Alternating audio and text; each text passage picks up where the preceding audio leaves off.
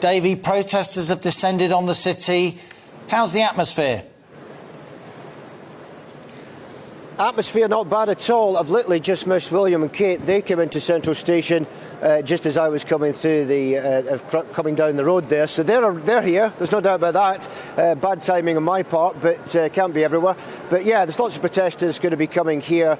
Red Rebel Brigade. They're coming here with Extinction Rebellion round about 4 o'clock. This is part of a 3-day protest as they make their way up from the southwest of England. So I'm expecting them here at Glasgow Central Station, as I say, round about 4 o'clock. Now I'm told it's going to be a peaceful protest, so we'll see how peaceful that actually is. And obviously there's a strong police presence at the station, as you can imagine. But yeah, this is just a series of protests that are going to take place across the city. I thought I may get a day off this week. That is clearly not going to happen because there is protests just about every day, and sometimes there'll be more than one a day. So tomorrow morning, I'm understood there's one about 10:30 down at what's known locally as the Squinty Bridge in Glasgow. So there's protests taking place there. There's another on Wednesday.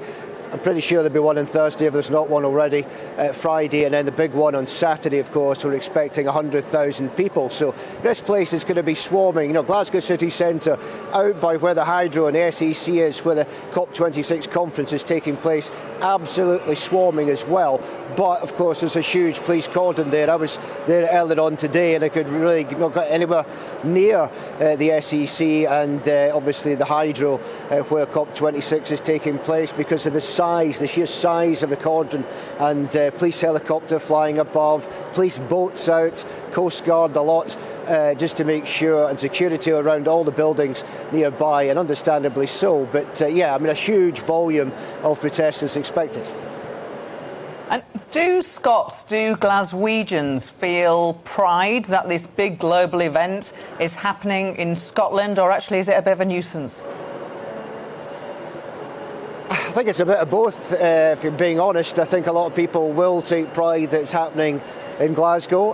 I think a lot of people will be delighted it's happening here. But you're always going to have the flip side of that people will say it's a huge inconvenience. And will it actually achieve anything? We've already heard that, China not coming, Russia not coming. So, I think people are a little bit sceptical about how much of a difference this is actually going to make, and weighing that up against how much inconvenience to their daily lives as well. And the same, we've all got to be in it together, but I think without China and Russia, a lot of people are looking at that and saying, well, how much of a difference is this going to make going forward for all the upheaval they're having to endure in the short term? And we've seen protesters, Davie, not least Insulate Britain, disrupting big parts of London, of course. Glasgow's a smaller city, obviously a very, very important city.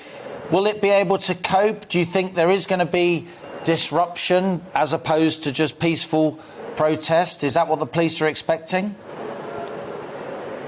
Yeah, I mean, I think what when I spoke to Police Scotland around about 2.5, 3 weeks ago, I was at that media conference and spoke to the Assistant Chief Constable and Deputy Chief Constable, and they laid out, what engagement, as they called it, they'd had with the various protest groups.